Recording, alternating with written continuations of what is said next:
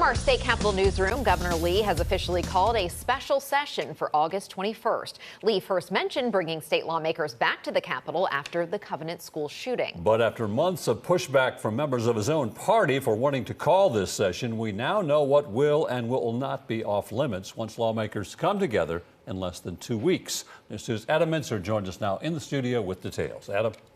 Haley, Bob, the scope of this special session is broad, but not focused on guns or firearms. There are 18 topics the governor says lawmakers can pass bills on, ranging from mental health to juvenile crime and human trafficking. While it does allow the governor to put forward his extreme risk protection order, that's a non-starter for Republicans, and it's not enough for Democrats. It's really concerning. I think the governor has opened Pandora's box here. Moments after it was officially announced, reactions to the governor's call for a special session are coming in. Tennessee House Republican leaders writing, quote, "We look forward to the opportunity to strengthen public safety and mental health resources without infringing on the rights of law-abiding Tennesseans." But Republicans in the State House have said they don't support everything on the governor's list. The call does include language that would accommodate the filing of his proposed extreme risk protection order. As we've discussed, I do not anticipate that passing, and I do not support it.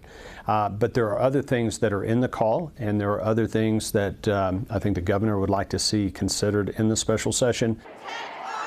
Democratic Caucus Chair Representative John Ray Clemens says the call misses the original purpose of the special session, protecting school kids after the Covenant shooting. I'm embarrassed for the state of Tennessee. The governor has failed them, and he's obviously wilted in the face of strong opposition from special interests and extremist legislators.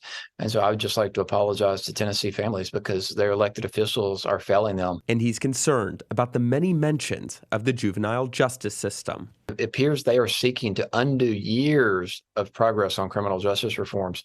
All of that is possible with the language of this proclamation. This could be a really, really dangerous ride during this special session. People really need to have their head on a swivel.